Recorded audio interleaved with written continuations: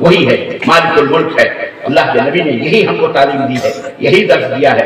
توحید کا تقاضا یہی ہے کہ آپ کی ان صلاتی و نسکی و محیایا و مماتی للہ رب العالمین، سب کچھ مرنا جینا اوڑھنا بچھونا زندگی موت سب کچھ اللہ کے لیے۔ ایک عورت اگر اپنے شوہر کی خدمت کرتی ہے تو اس لیے نہیں کہ یہ میرا شوہر ہے، بلکہ اس کی نیت یہ ہونی چاہیے کہ میرے نبی، میرے اللہ کا یہ حکم ہے، میرے اللہ نے حکم دیا ہے کہ اپنے شوہروں کی باتوں کو تسلیم کرو، مانو جو حق باتیں نبی کریم صلی اللہ علیہ وسلم نے حکم دیا ہے کہ اپنے شوہروں کی اطاعت کرو، فرما برداری کرو۔ اللہ کے رسول کا یہ حکم ہے۔ اللہ کے نبی کی بیویوں نے اپنے نبی کی باتوں کو مانا، صحابہ کی، اس لیے تاکہ اسے اس کے اوپر اجر ملے۔ ایک شوہر اگر اپنے بیوی کو کما کر کے محنت مزدوری کر کے دھوپ کی تمازت گرمیوں میں اور سڑکوں پر روڈوں پر چل کر محنت مزدوری کر کے جیسے تیسے بھی لا کر کے 2 لقمے اگر اپنے بیوی کے منہ میں ڈالتا ہے تو اس لیے کہ اللہ کا یہ حکم ہے، اللہ کے نبی نے حکم دیا ہے، اس پر بھی اس کو اجر ملتا ہے، ثواب ملتا ہے۔ عزیزان محترم، یہ بھی توحید کے تقاضوں میں سے ایک تقاضا ہے کہ آپ اپنی شادیاں، آپ اپنے وواہ رسم و رواج کو لات مار کر، کفر سے منہ موڑ کر، حنیفاً جس طرح اللہ نے فرمایا کفر سے غیر اللہ سے منہ موڑ کر، حضرت ابراہیم علیہ السلام وما کان من المشرکین، نہ خود مشرک تھے نہ مشرک کے راستوں پر تھے۔ ہمارا اہل الحدیث ہونا، ہمارا موحد ہونا اسی وقت ہمیں نفع پہنچا سکتا ہے، اسی وقت ہمیں فائدہ پہنچا سکتا ہے جب ہمارا اوڑھنا بچھونا سنت رسول اللہ صلی اللہ علیہ وسلم کے مطابق ہو۔ کہ جناب علی حضرت عبد الرحمن بن عوف آ رہے ہیں، اللہ کے حبیب نے زعفران کی زردی دیکھی، جسم پہ لگے ہوئے، کہا کیا کیا ہے تم نے؟ کہا اللہ نے شادی کی ہے۔ کیا کری ہے؟ شادی کی ہے۔ کہا اچھا دیکھیے آپ شادی عبد الرحمن بن عوف، واقعہ لمبا ہے میں نہیں جاؤں گا، لیکن شادی کر رہے ہیں اور خود مدینہ منورہ کے اندر پیغمبر اسلام بیٹھے ہوئے ہیں، رحمت اللہ بیٹھے ہوئے ہیں، خود ان کو بھی خبر نہیں۔ آج مولانا صاحب کی اجازت کے بغیر آپ اپنے بیٹے کا نکاح کسی اور مسجد والے سے پڑھوا لیں، اس مسجد میں تو آپ کی جنازہ کی نماز بھی نہیں پڑھیں گے مولوی صاحب۔ کیا خوشیوں میں فلانے مولوی سے نکاح پڑھواتا، جنازہ مرنے پر مجھ سے پڑھوانا نہیں پڑھوایا وہاں۔ یہ مزاج بہرحال صحابہ کا کہ شادی کر رہے ہیں، رسول اللہ کو بھی پتا ہے تو یہ شادی، اور اتنی سادگی کچھ نہیں پتا۔ آج ہم شادی کر رہے ہیں، جہیز ہے اور پتنی گھوڑے ہیں اور جوڑے ہیں اور کیا ہیں، کپڑے کی ویڈیوگرافی ہوتی ہے، ڈھول تاجے، یہ ہوتا ہے آپ لوگوں میں کہ نہیں ہوتا یہاں پہ؟ اعوذ باللہ، پھر اہل حدیث نام کٹ کرواؤ، یہ کون سی بات ہوئی جناب؟ اہل حدیث کیا آمین رسول حدیث بس سینے دار باندھ دیا آمین کے لیے یہ اہل حدیث؟ نہ اسے اہل حدیث نہیں کہتے، اسے اہل حدیث نہیں کہتے۔ یا الذین آمنوا آمنوا، اے وہ لوگوں جو ایمان لائے ہو، ایمان لاؤ پختہ، ادخلوا فی السلم کافہ، مکمل طریقے سے اسلام میں سلامتی کے دین میں داخل ہو جاؤ۔ آدھا تیتر آدھا بٹیر نہیں۔ یہ نکاح پڑھوانا ہوا تو ٹوپی شوپی لگا کے مولوی صاحب کے سرما ورما لگا کے مسجد میں پہنچ کر کے نکاح پڑھوا لیا۔ آج کل یہ بھی بہت فیصلہ چلا، مسجد میں نکاح ہو رہا، تو مسجد ہے وہ اللہ کا گھر ہے، تو شادی بیاہ کا اکھاڑا بنایا ہوا تم نے؟ نہیں مسجد میں نکاح ہوگا، مولوی صاحب کریں گے۔ اچھا، اور اس کے بعد جب وہاں سے دولہا نکلتا پینٹ شینٹ ٹینٹ شائی لگا کر کے ویڈیوگرافی پٹاخے پھول ہو، جناب علی وہ ایسے پنڈالوں میں کرتا ہے، شادی محلوں میں کرتا ہے۔ یہ منافقت ہے، یہ دو غلا پن ہے۔ یخادعون اللہ والذین آمنوا ما یخدعون الا انفسهم، تم کیا چاہتے ہو؟ اللہ کو دھوکہ دے سکتے ہو؟ اللہ نہیں دیکھ رہا ہے تم یہاں کیا کر رہے ہو اور وہاں پنڈال میں بیٹھ کے کیا کر رہے ہو؟ گاڑی کی چابیاں، عمارت گھر کی زمین جائیداد، یہ وہ سب جہیز کے نام پر حرام ہے۔ یہ حرام، یاد رکھو حرام ہے۔ بارات کے نام پر جو حرام خوریاں کر رہے ہو، یہ اللہ کے ہاں تمہیں گلنا پڑے گا۔ ایک ڈش نہیں، مرغ وہ لولی پاپ ٹانگوں، مرغیاں بھی پریشان ہیں، کتنی ٹانگیں اللہ نے تو 2 ہی دیے ہیں، کہاں سے 10 ٹانگیں لگائیں گے؟ ایک دسترخوان کو 10 ٹانگیں گھسیٹے جا رہا، بکرے کا، پھر پلاؤ، پھر زردے، پھر مٹھائیاں۔ ساؤتھ انڈیا میں آپ تو دیکھیں، مولانا لوگ جاتے ہوں گے، دیکھتے ہوں گے کس طرح کی شادیاں ہوتی ہیں۔ 75-80 قسم کی مٹھائیاں اور میٹھے حیدرآباد میں پکتے ہیں، بریانی کی ڈیٹیں، فلانی یہ وہ، اور ہم لوگ بھی کم میں تھوڑی ہیں، یہاں بھی آپ حضرات بھی اللہ سے توبہ کرو، شادیوں کو آسان بناؤ۔ شادیاں آسان بناؤ تاکہ زنا مشکل ہو جائے. آج زنا سماج کے اندر کینسر بن چکا ہے. ہماری جوان لڑکیاں اسکولز میں، کالجز میں، باہر میں، کہیں بھی، گھروں کے اندر بھی، گاؤں اور دیہاتوں کے اندر بھی محترم زنا کاریاں عام ہو گئی ہیں. زنا بہت آسان ہو چکا ہے، بہت سہل ہو چکا ہے. میں اپنے بزرگوں سے درخواست کروں گا، میں اپنے بڑے لوگوں سے، ذمہ داروں سے درخواست کروں، اللہ کے لیے، اللہ کے لیے میں اپنے علماء، خطبہ، مساجد کے اندر میں ان سے درخواست کروں گا کہ اللہ کے لیے اس موضوع کو ہندوستان کے اندر خاص طور سے اسے ایشو بنایا جائے، اس کے لیے قرارداد پاس کی جائے. مرکزی جمعیت اہل حدیث کے ذمہ داران بیٹھے، میں ان سے دستبستہ گزارش کروں گا کہ محترم اس کے لیے قرارداد پاس کیے جائیں، علماء کو تیار کیا جائے. کوئی نکاح نہیں پڑے گا اگر کوئی ڈھول تاجے بازی جہیز کے ساتھ کوئی نکاح نہیں پڑے گا. حرام ہے یہ. شادی آسان تو 4 آدمی 10 آدمی گھر میں بیٹھ گئے، نکاح ہو گیا، ولیمہ لڑکے کے اوپر. یہ کتنی بڑی بے خیرتی اور بے شرمی ہے کہ لنگی اور پجامے تک بیوی لے کر کے آ گئے. پلنگ لا رہی ہے، مسہری لا رہی ہے، گدے لا رہی ہے، صوفے لا رہی ہے، گھڑیاں لا رہی ہے، کاریں لا رہی ہے. اتنا بیکار آدمی کو تم نے اپنی لڑکی دی ہوں دے دے تم انٹرنیشنل بھکاری کو، فقیر کو، اللہ کو. بس تو ایسے لوگوں، یہ توحید نہیں، یہ توحید کے تقاضوں سے دور بھگاتے ہیں.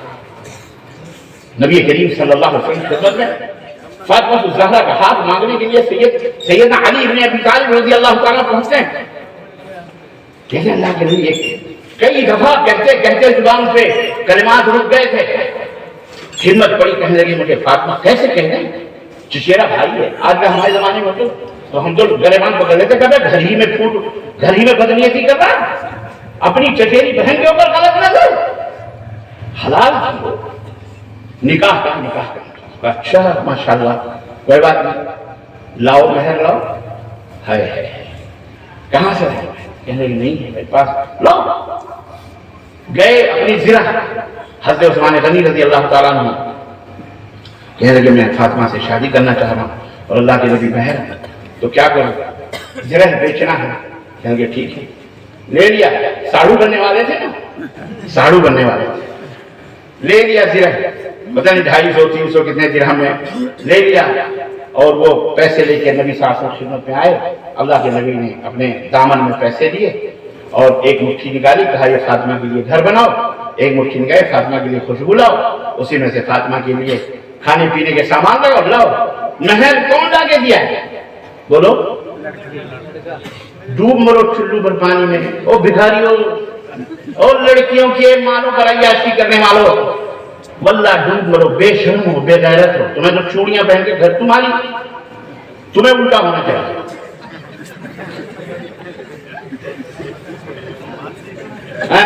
طلاق دینے والا حلال نہیں کرواتا، جس کو طلاق کیا اس کا حلال ہوتا. غلطی کون کرے، جرم کون کرتا ہے، بھرتا ہے. توبہ کرو، اللہ کی قسم، اللہ سے توبہ کرو. مرد بنو، مرد، نامرد نہ بنو. جہیز دینے والا نامرد ہوتا ہے، مرد نہیں ہوتا. میری ماں بہنوں سن رہی ہو تم، اگر کوئی تمہارے باپ سے مطالبہ کرے کہ میں اپنے بیٹے کی شادی یا میں اپنی شادی آپ کی بیٹی سے یہ لوں گا وہ لوں گا وہ لوں گا، اپنے باپ سے کہہ دینا ابا میں ایسے نامرد کے ساتھ زندگی نہیں گزارنا چاہتی، جسے گزارنا ہے گزار لے. اگر ضد کرے تو کہہ دو تو ہی گزار لے، مجھے نہیں گزارنا. نہیں کرو، مخالفت کرو. نہیں ہے ننے منے بھائی، چھوٹے چھوٹے قرض چکاتا چکاتا، مزدوری کرتا کرتا بھائی جوانی کی دہلیز پر اس لیے شادی نہیں کرتا کہ اس کی جوان بہن بیٹھی ہوئی ہے، اس لیے کہ گھر میں پیسے نہیں ہے، جہیز نہیں ہے. یہ ہم مسلمان ہیں، ہم نبی صلی اللہ علیہ وسلم کی طرف اپنی نسبت کرتے ہیں، اپنے آپ کو موحد کہتے ہیں. کیسے برکت آئے گی؟ جنہوں کی آہیں اس گھر کے دہلیز کے اندر پہنچے پہنچے روتی ہوئی بلکتی ہوئی وہ دلہن جب تمہارا چہرہ دیکھے گی، رب کعبہ کی قسم ہے نفرتوں کے سوا اس کے دل میں تو آگے کوئی محبت نہیں ہوگی. یہی وہ مرد ہے جو میرے باپ کو مقروض بنا کر، میرے باپ کے اوپر سود کا پیسہ لا کر کے لال کر میرے ننے منے بھائیوں کو قرض میں ڈبو کر دے جاتا نہیں. وہ کہتے ہیں یہ جہیز کے نام پر ہم کو بیاہ کر کے لائے، اس مردود اسے مر جائے تو بہتر ہے. توبہ کرو اللہ تعالیٰ سے. یہ توحید نہیں ہے، یہ توحید کے خلاف ہے. بات لمبی نہ ہو، میں اپنی بات ختم کرنا. توحید کے بہت سارے تقاضے ہیں، یہ موضوع میں رات بھر گزار رہا ہوں تو ختم نہ ہو. بہرحال عرض کرنے کا مطلب یہ ہے کہ توحید کا علم حاصل کیجیے، اس کے تقاضوں پر بیٹھو. اللہ تعالی ہمیں اور آپ کو توحید کی اہمیت کو اور اس کے تقاضوں کو پورا کرنے کی توفیق عطا فرمائے اور ہماری صفوں میں اتحاد عطا فرمائے. جو گمراہ ہیں اللہ انہیں راہ راست عطا فرمائے اور جو راہ راست پر ہیں اللہ ان کو استقامت عطا فرمائے. اللہ ہم سب کے دلوں میں ایک دوسرے کی محبت اس جلسے کے بقا کرنے والے دامے درمے قدمے سخنے جس انداز سے بھی اس جلسے کے اندر جیسے بھی ہوا اللہ تعالیٰ ان سب کو